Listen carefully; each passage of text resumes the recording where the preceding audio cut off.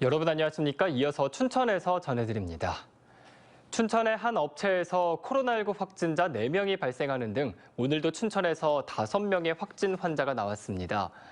춘천 확진자 5명 중 4명은 어제 확진된 환자의 직장 동료로 이들 중 3명은 증상이 없는 상태에서 확진됐고 나머지 1명은 발열 등의 증상이 있었습니다. 어제 확진된 환자의 감염 경로는 아직 밝혀지지 않았습니다. 또 지난 27일 양성 판정을 받은 춘천의 확진자 가족 1명이 오늘 확진됐습니다. 현재 춘천에서는 집단 감염과 산발적 감염이 이어지며 누적 확진자가 517명으로 늘었습니다.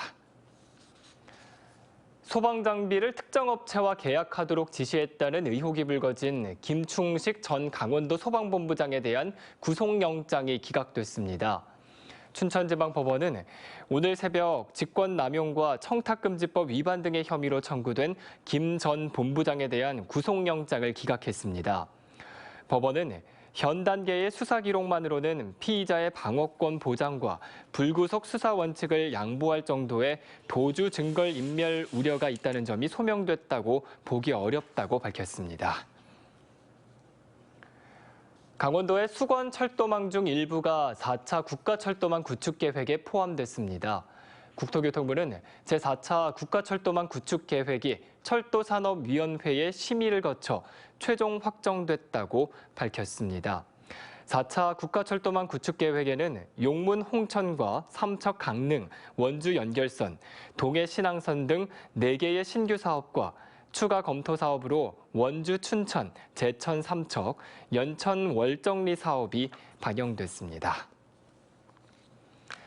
춘천 시내버스 문제 해결 등을 위한 시민대책위원회가 춘천시를 비판하고 나섰습니다. 시민대책위는 최근 이재수 시장이 오직 버스 노선 개편에 대해서만 사과하고 무능하고 무책임한 버스 회사 대주주는 방치하고 있다고 주장했습니다.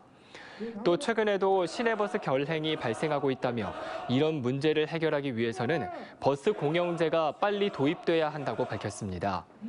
앞서 춘천시 공론화 분과위원회는 시내버스 운영 방식과 관련한 시민 합의문을 8월까지 도출하겠다고 밝혔습니다.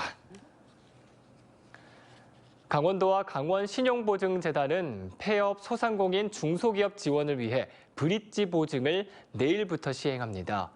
브릿지 보증은 신용보증재단의 보증 지원을 받은 사업자들이 폐업을 하게 되면 사업자 자격을 상실하게 돼 보증 만기를 연장하지 못해 신용불량자로 등록되는 등의 문제를 방지하기 위해 마련된 제도입니다. 지금까지 춘천에서 전해드렸습니다.